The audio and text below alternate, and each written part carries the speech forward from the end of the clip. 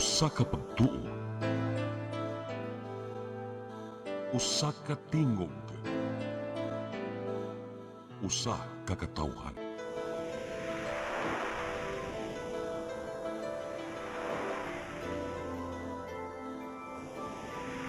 Cebu Catholic Television Network.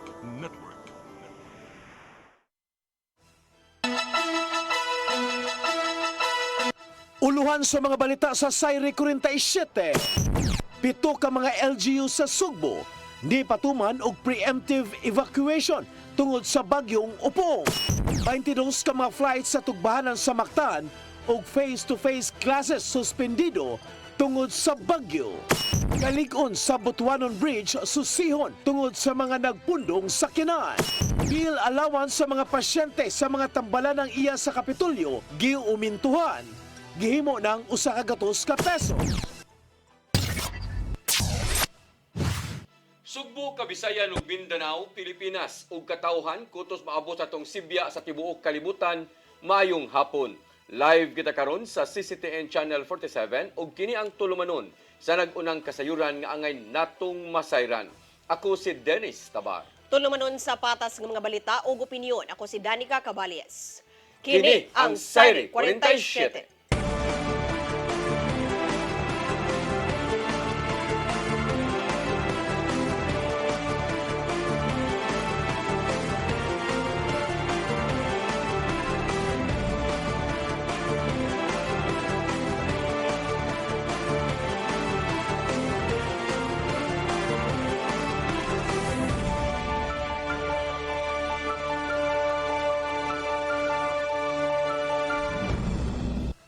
Ug karon sa kumpletong detalye sa atong mga balita, preemptive evacuation gipatuman sa pito ka mga LGU sa probinsya sa Sugbo subay na sa gibantayang epekto sa bagyong Opong.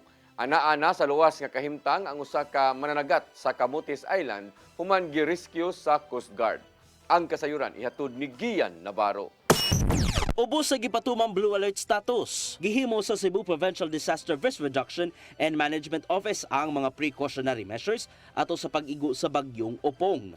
Usa ni nimo ang gipatumang preemptive evacuation ngadto sa mga nanimuyo duol sa mga dapit nga delikado sa baha, landslide ingon man storm surge. Sama na lang sa lungsod sa Madrideos diin nagtinabangay ang mga taga Coast Guard ug MDRRMO aron malayo sa risgo ang mga residente.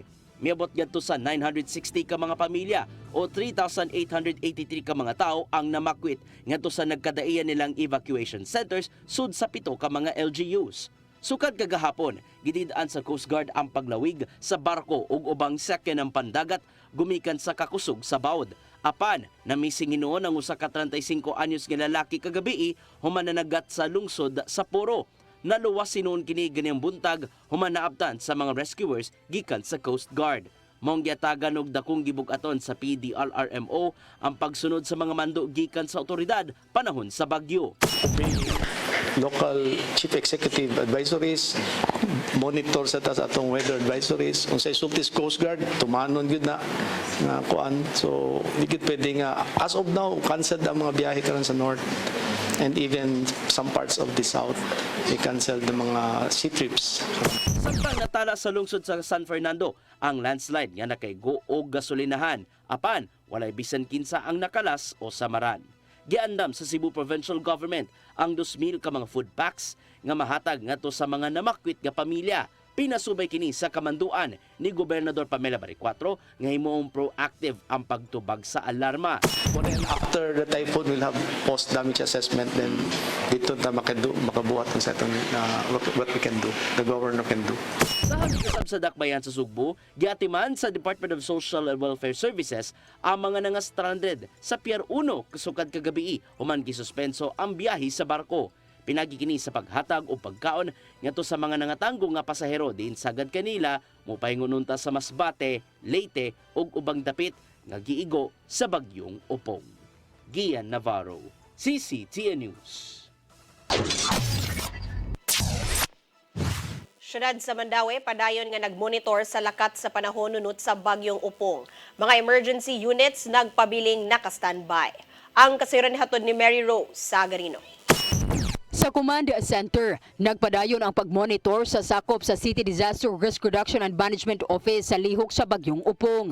Padayon ang pagpangandam sa syudad, suma pa ni Buddy Alain Ibanez ang pangu sa CDRRMO nga nagpabilin silang naka-blue alert status o naka-standby ang ilang tanang personnel.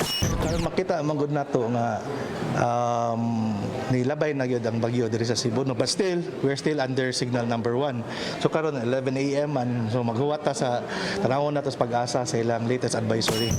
Sukad miaging adlaw sa pagsud sa bagyo sa Philippine Area of Responsibility. Gipahibaw na ang mga barangay bahin sa umaabot nga bagyo o gipangayuan sa ilang mga preparedness actions. Nag-roving usab ang mga barangay officials sa ilang tagsa-tagsa ka lugar isip kabahin sa pre-disaster assessment. Samtang ang Mandawi CDRMO o guban pang unit sa response cluster, ang Traffic Department, City Social Welfare and Services o City Health Office ang naka-standby.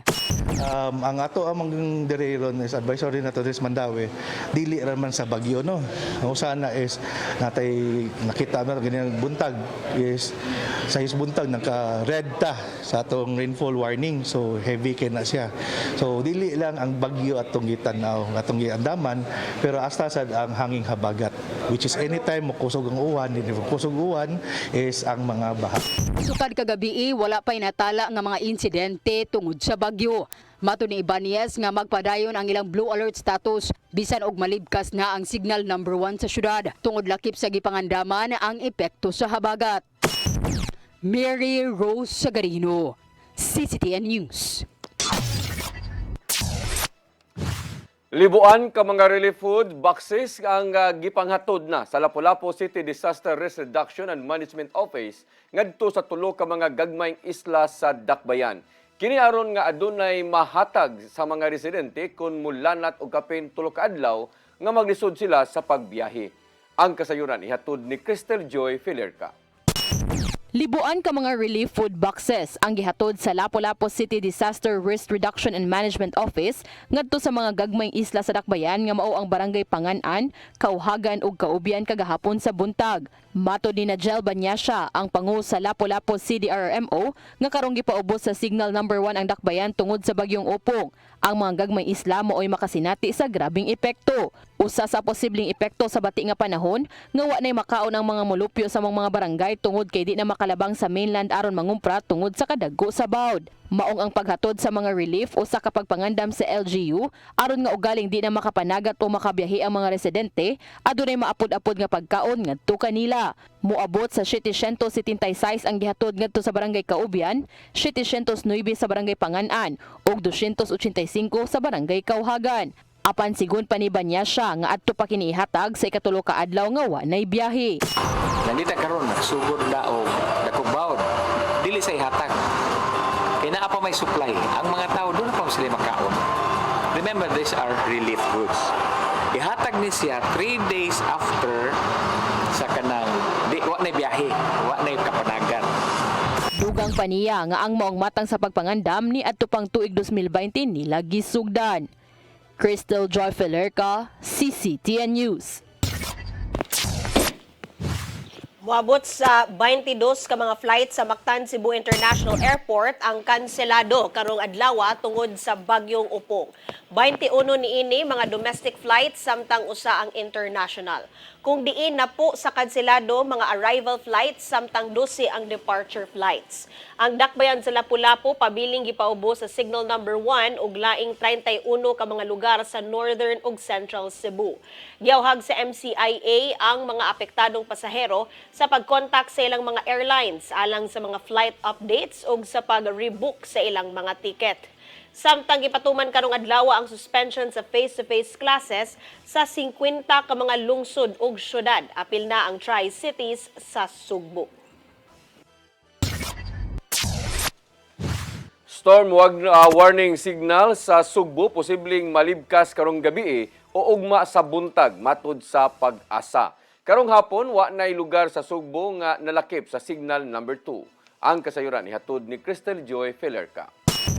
Sa gipagawas nga tropical cyclone bulletin sa pag-asa alas 11 kaganihang buntag, nalakip pa ang lungsod sa Midilien, Daan Bantayan ug Bantayan Island sa gipaubos sa signal number 2 tungod sa bagyong Upong. Samtang 29 ka mga lugar sa Northern ug Central Cebu ang gipuubos sa Signal Number 1 nga mao ang lungsod sa Asturias, Danao City, Compostela, Liloan, Consolacion, Cebu City, Balamban, Mandawi City, Lapu-Lapu City, Toledo City, City of Talisay, Pinamungahan, Minglanilla, City of Naga, San Fernando, Aloginsan, Bourbon, Carmen, Tuburan, City of Bugo, Tabugon, Catmon, Cordova, San Remigio, Sugod, Tabuelan, Barili, City of Carcar ug Camotes Island. Samtang alas 11:30 kaganihang buntag, naglandfall ang bagyong Opong sa ikalimang higayon sa Mansalay Oriental, Mindoro.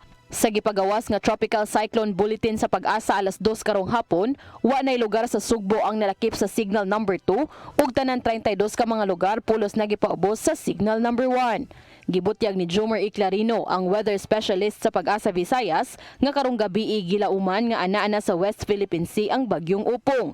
Tungod niini, adunay posibilidad nga malibkas na ang mga storm warning signal sa Subo pinakasayo karong gabi. So nakita nato nagkaanam-anam na nagka-lift ang atong signal sa pila ka municipality diri sa Cebu, and pinakasayo ma-lift na ang atong signal karong gabi or morning tomorrow. Apan karong adlaw, padayon pang makasinati og bati nga panahon ang Sugbo. Today, Friday, expected pa nato sa Central Visayas. Inaani pa atong weather condition, cloudy with rains pata and gusty winds tungod kini sa bagyong Upong. Napata masinati mga pagduruso-ruso sa hangin because naapata sa under tropical cyclone wind signals. But tomorrow, expected nato improving na atong panahon Saturday sa Central Visayas. Ugmang adlaw, gilaumang makagawas na sa Philippine Area of Responsibility ang bagyong Upong ug lauman na ang maayong panahon karong weekend. Crystal Joy Felerca, CCTN News. Mosunod, kalig-on sa Butuanon Bridge susihon tungod sa mga nagpundong sakyanan.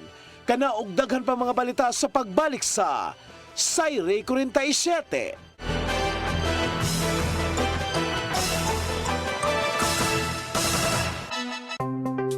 Discover the beauty of the Philippines.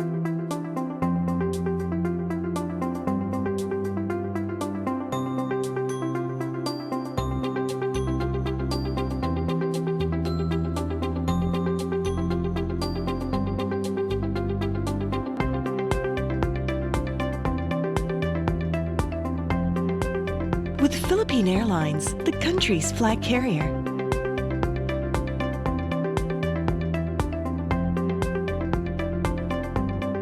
The airline that lets you feel the warmth of the nation.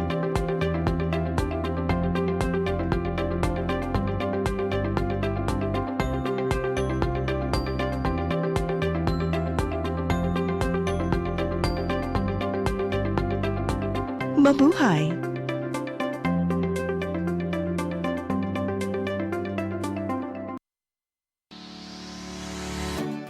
Looking for the best internet deals in Negros Oriental? Phil Products Negros is here to bring you fast, reliable, and affordable internet with plans made just for you.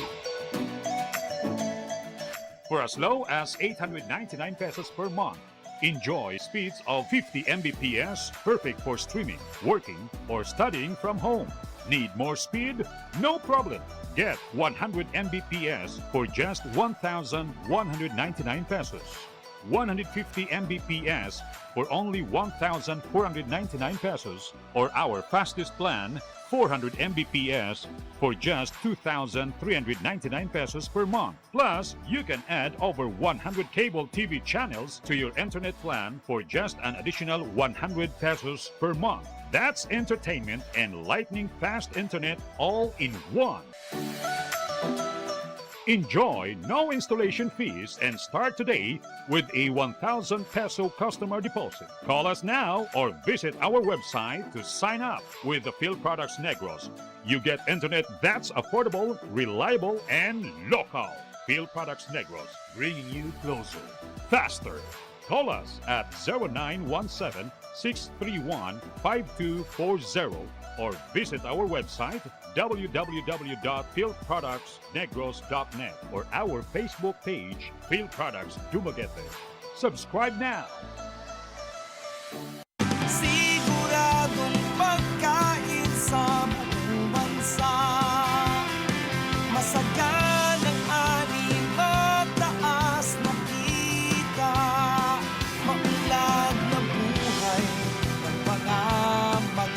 magsasaka at mga mangingisda. Siguradong pagkain sa buong bansa. Press Briefing, Midweek Reset, Real Talk, from headlines to hot takes. This is Press Briefing, the show that has it all. Midweek, we cut through the noise and bring you the stories that actually matter.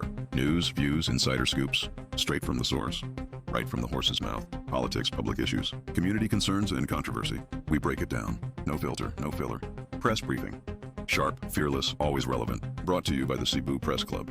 Beyond the headlines, we are Cebu's voice.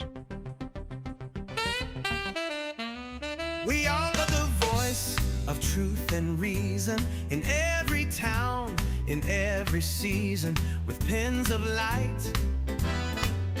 We draw the line for justice, peace, and story spine.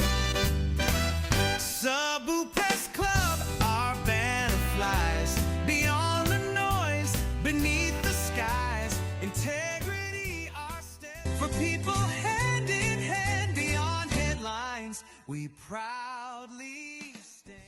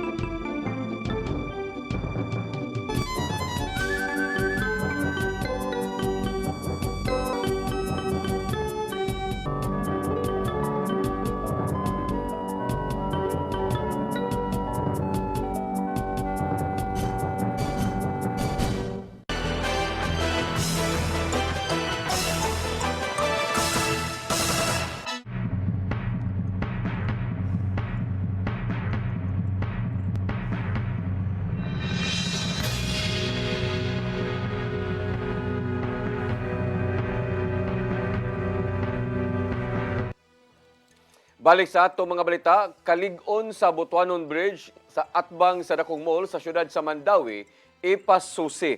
Nabalaka ang grupo sa mga engineers dinhi sa Sugbo sa mga nagpundong sakyanan sa kun nga deadload. Ang kasayuran ihatod ni Mary Rose Sagarino. Sa usa ka suwat ang Philippine Institute of Civil Engineers Cebu Chapter ngadto sa pangu sa Traffic Enforcement Agency of Mandawi Kuntim gisugyot nga ipailawom sa Structural Integrity Inspection ang Butuanon Bridge na himutang duol sa intersection sa UN Avenue ug MC Briones Street atbang sa Pacific Mall sa Mandawi. Ang pagsugyot sa grupo base sa kabalaka nga gipadangat sa usa ka nagpakabana nga molupyo sa ilang board meeting. Gikwestiyon kung luwas ba alang sa mga sakyanan nga magpundo sa tulay. Ilabi na kadtong paingon sa southbound padong Cebu City samtang naghuwat sa go signal.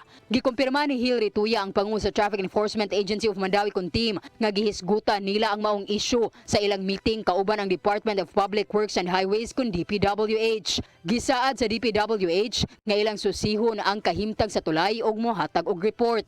Gipasabot ni Rituya nga mga sakyanan magpondo lang sud sa 35 segundos sa southbound lane paingon sa Cebu City og sa left turning lane paingon sa UN Avenue.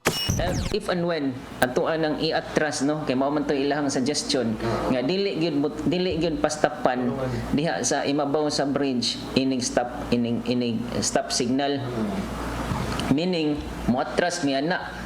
When moatras mi ana, especially no during rush hour, taas na kay ang queuing. Sa kasamtangan, gipaabot pa sa team ang report gikan sa DPWH.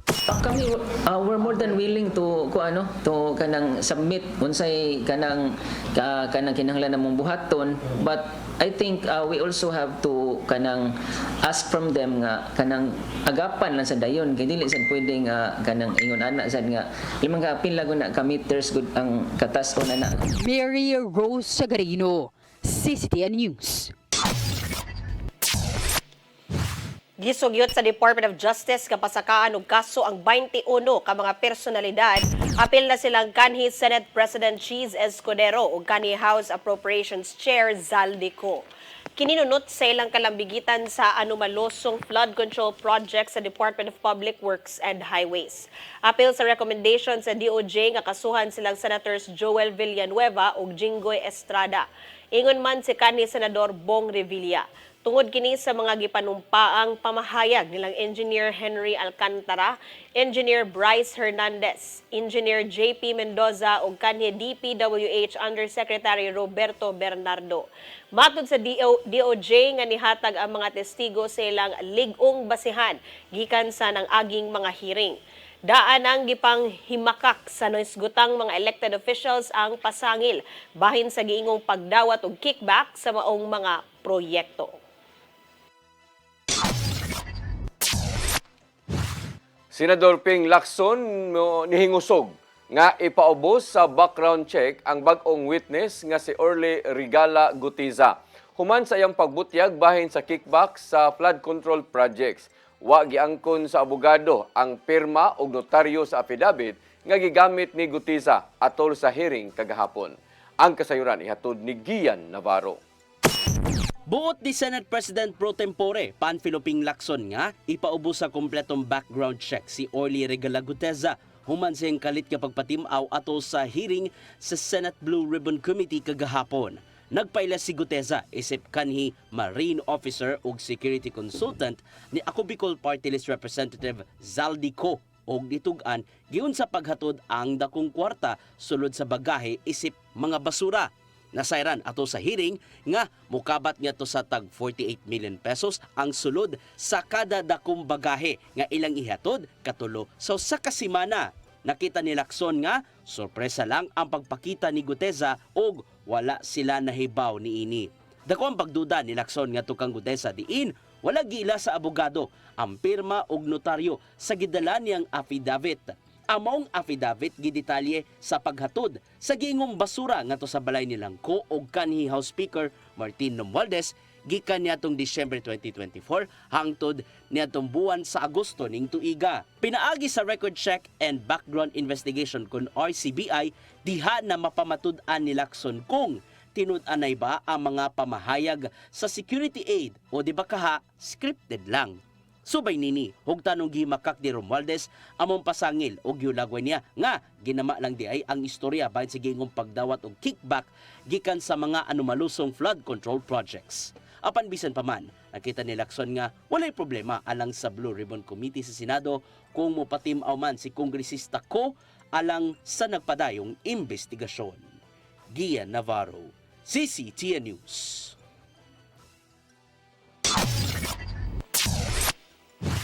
Modernong teknolohiya gikinahanglan aron maka-access sa publiko sa national budget ug mabatukan ang grabing korupsyon sa nasod. Kini sama sa mga ghost projects o irregularidad nga nahimong babag sa mga flood control initiatives sa gobyerno. Ang kasayuran hatod ni Randy Gorion. Siguradong mapugnan ang grabing kahiwian o korupsyon sa pondo sa gobyerno. Kini pinaagi sa giduso nga Senate Bill 1330 o ang National Budget Blockchain Act. Sa paggamit og teknolohiya, mabuksan sa publiko ang national budget og permanenteng makita sa digital ledger ug mahatagan pa og kahigayunan ang katawhan nga makasalmot sa proseso. Matud ni Senador Bam Aquino, nga usa kini ka epektibong lakang aron mabatukan ang grabing korupsyon ilabi na sa mga ghost projects ug inay mapunduhan unta ang mga mahinungdanong programa sama sa kakuwang sa mga lawak saringan.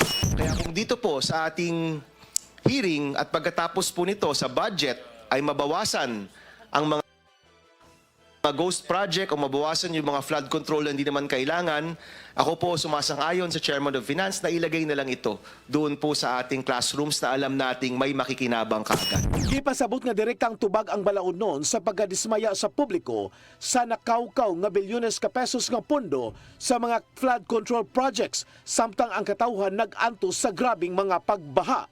Kano yung binayad dun sa contractor, ginamit yung semento, ginamit yung bakal, magkano, and that will be tracked and that's on the blockchain. And nobody can change that. Ugaling mahimong balaod, mabutang ang Pilipinas nga nag-una sa open budget governance ug sa paggamit og modernong teknolohiya aron mabatukan ang korupsyon ug mahibalik ang pagsalig sa katawhan. Randy Gorion, CCTN News. Tuyong gisusi ni Mayor Gerald Anthony Samsam Gulyas ang giingong Ghost Project nga nahimutang sa Bukirang Bahin sa Barangay Manipis, syudad sa Talisay. Human nga nakakita sa usa ka viral video, nakigaalayon si Gulyas sa buhatan sa Department of Public Works and Highways sa ilang syudad aron paghatag og katin-awan. Matod sa mayor nga ang DPWH mo ay nipatuman sa giingong Ghost Project ug dili lang ang mismo LGU. Nasuta niya nga gitukod unta ang usa ka alternative route gikan sa sitio Campinsa paingon na sa Manipis aron kaagian sa uban nga mga motorista kung adunay landslide. Suspendido hinuon kini kay wa makakumply sa mga rekisitos sama sa Environmental Compliance Certificate ug uban pang permit gikan sa Department of Environment and Natural Resources. Ang ako ra yung giingon na kung nasuspended man na, ngano ang completion date, it is remains the same na December. Dapat kung masuspend, i-increase ang, ang completion date, kaya masumbalik man na ninyo. Pag maunay gibuhat sa mga tao karon na ngano completed siya, na wa man sila naibaw na suspended ay sila. If suspended, then change the tarpaulin. Igo lang nga magagad ang Archdiocese of Cebu kung unsa man ang kamatuoran bahin sa kadakong pagduda sa katawhan ngadto sa mga anomalosong flood control projects. Matod sa Vicar General nilang si Monsignor Rogelio Fuentes na kinahanglang ipaagi sa pag-ampo ang panawagan nga panubagon ang mga opisyal nga nalambigit sa pagpangurakot. Kay pinaagi sa hugot nga pag-ampo ug pagsubay sa kamatuoran taliwa sa maong isyu, makabot hinuon sa katawhan ang hustisya gikan sa pagpangawkaw sa panudlanan. Hinungdan nga gitambagan ni Fuentes ang katawhan nga mas maayong ipalabi ang hugot nga pagtuo inay nga dapigan ang bisan kinsang politiko. Competent nga mga tao. So we are asking those people with conscience, mga sakop na to sa Archdiocese who are knowledgeable on this, kindly speak on behalf of the Archdiocese.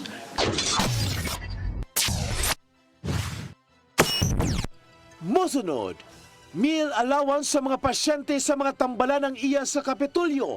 Giumintuhan, gihimo ng usa ka gatos ka pesos. Kana og daghan pa mga balita sa pagbalik sa Sayre 47.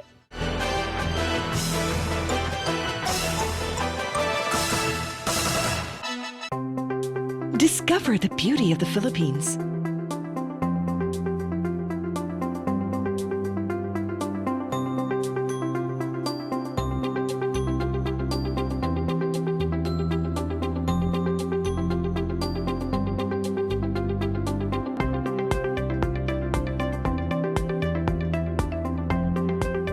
With Philippine Airlines, the country's flag carrier.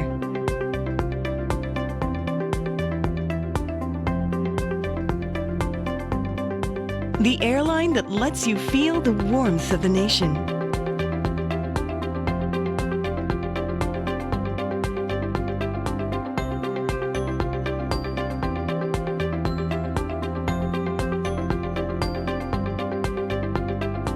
Mabuhay!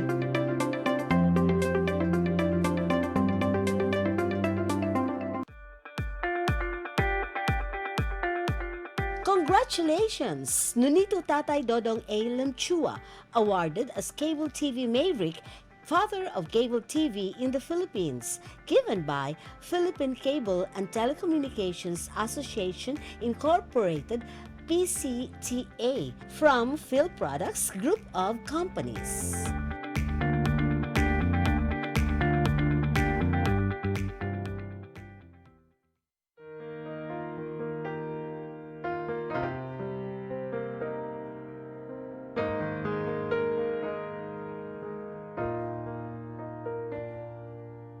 Heal me, O Lord, and I will be healed.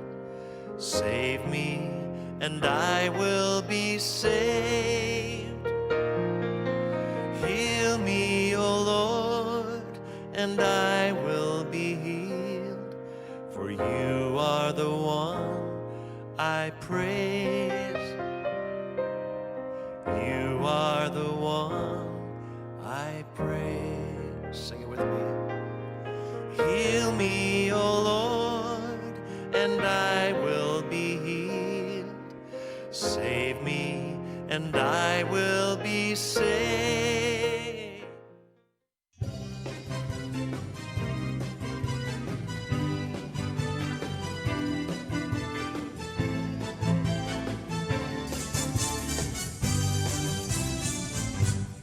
This is all love.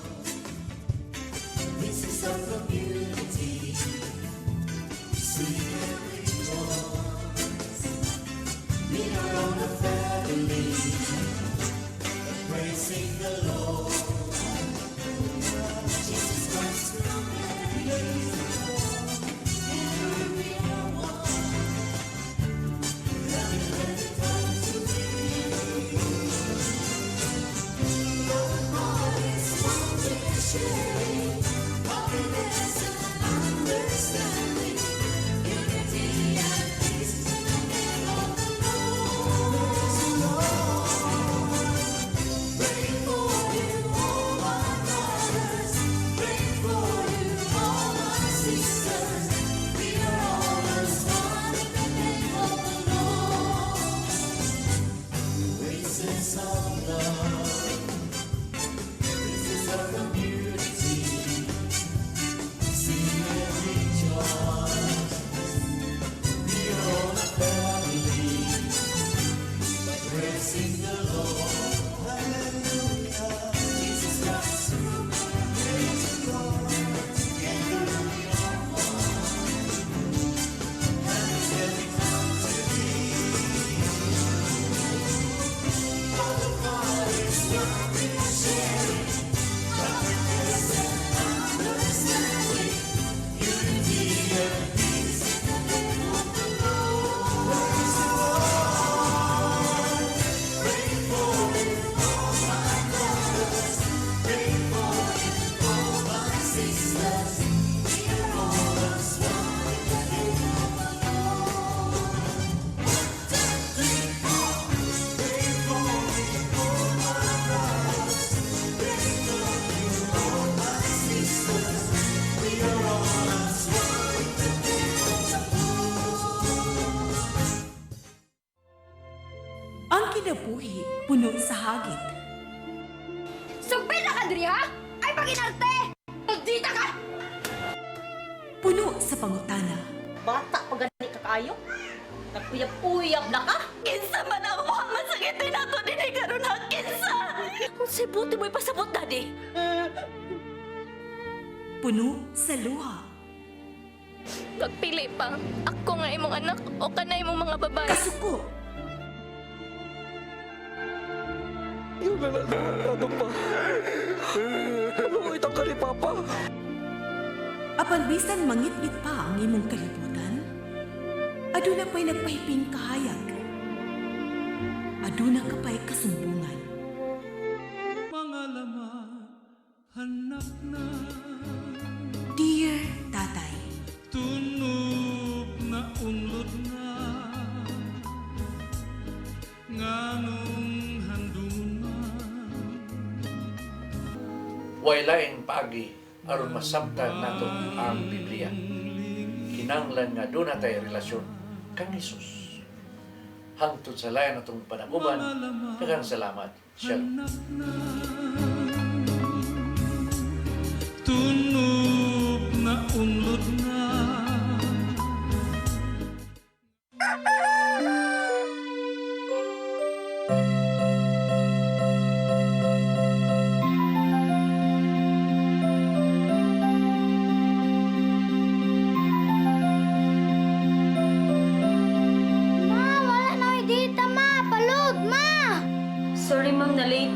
Nangita pa mong gugod para internet sa kong anak, ma'am.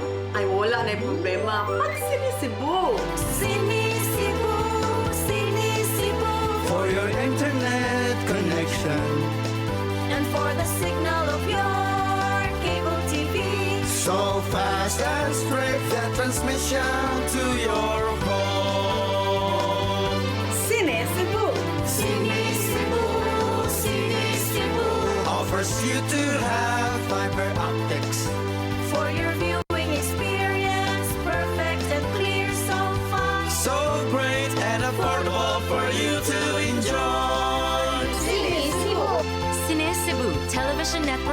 Incorporated offers fiber to the home broadband internet bundled with fiber to the home cable TV connection.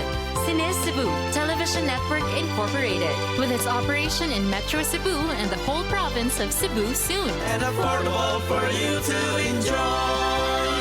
Cine Cebu.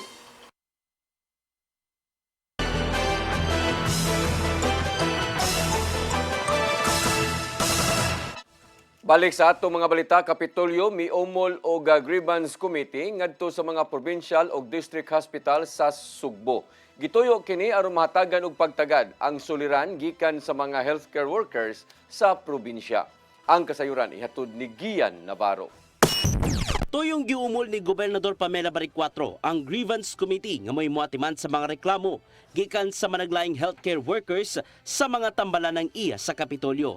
Pinasigad kini sa Executive Order No. 49 ni Gobernador Baricuatro aron natagan og pagtagad ang mga suliran gikan sa pagpanarbaho, sweldo, benepisyong madawat ug uban pa. Mahimong makadangat sa ilang kahingawa ang mga public healthcare workers gikan sa 16 ka mga capital-owned hospitals, district health offices ug uban pang health institutions sa probinsya. Since we're hiring, diba, it's also one way for us to ensure na nasa sila avenues and channels to let us know if nasa any problem. So, maumuna, that's where we act for EU49. Sa naimbahin, nagpaabot pa ang Kapitolyo sa report gikan sa Cebu South Medical Center sa Talisay City bahin sa gidangatan so sa kainahan gikan sa Argao diin namatay kini human gipasa-pasa sa mga tambalanan. Tungod dini, usa lang ang nabantayan ni Baricuatro bahin sa mong issue bisan sa pasalig nga makahimo sila og konkretong aksyon aron matagan og gustisya ang gidangatan sa inahan. The process is in government ba, so we're really just awaiting the report from Talisay because this is an DOH hospital, and it's really beyond us. Aman bisan pa man, paday ni ng Kapitolyo sa pag-upgrade sa kaalam sa mga bag-ong hired nga nurse nga gipang-deploy sa 16 ka mga tambalanan sa Sugbo. Usa ni nimo ang pagkat-on sa mga nurse og basic life support aron masalbar pa ang kinabuhi sa ubang mga pasyente. We're more than happy to make modules to help equip them before they go to their area. So, dili ra ingon na mo-hire to pasagad, but also we want to give them the best chances and skills na maka-thrive sa new work environment. Navarro, CCTN News. Gidugangan ni Cebu Governor Pamela Baricuatro ang meal allowance alang sa mga pasyente nga ma-admit sa mga tambalan ng iya sa Kapitolyo. Gikan sa 50 pesos nga kantidad sa matagkaon, giumentuhan sa Kapitolyo og tag 100 pesos ang matagkaon o 300 pesos ang matag-adlaw. Matod ni Capital Health Consultant Dr. Nikki Catalan, na kini pinasubay usab sa lagda sa Department of Health nga kinahanglan og 1,800 ka calories matag-adlaw ang mga pasyente. Nang hinaot si Catalan nga makaabag kini nga mas dali nga mumaayo ang mga pasyente gawa sa insaktong medical care og nutrisyon gikan sa pagkaon nga giserve sa ospital. Nagkasinabot ang mga provincial bus operators kang Mayor Nestor Archibal nga magbutang o klarong bus stops ngadto sa duha ka mga dagkong tunghaan sa Cebu City South. Gitahasan ni Archibal ang Cebu Provincial Bus Operators Associations nga makikalayon sa Traffic Management Council kung asa ibutang ang bus stop o ang adjustment sa iyang mga ruta. Gipaubos kini sa makuting nga pagtuon o na pa ipatuman sanglit gipaubos man sa discipline zone ang bahin sa Inbacalso Avenue. Sa pagkakasamtangan, nahimo nga makahunong ang mga dagkong bus ngadto sa mga dagkong nga universidad aron luwas nga makasakay ug makanaog ang mga estudyante ug uban pang mga commuters. Dungan usab sa pagsiguro nga dili mosamot ang kabug-at sa dagan sa trapiko sa bagatang bahin sa syudad sa Sugbo.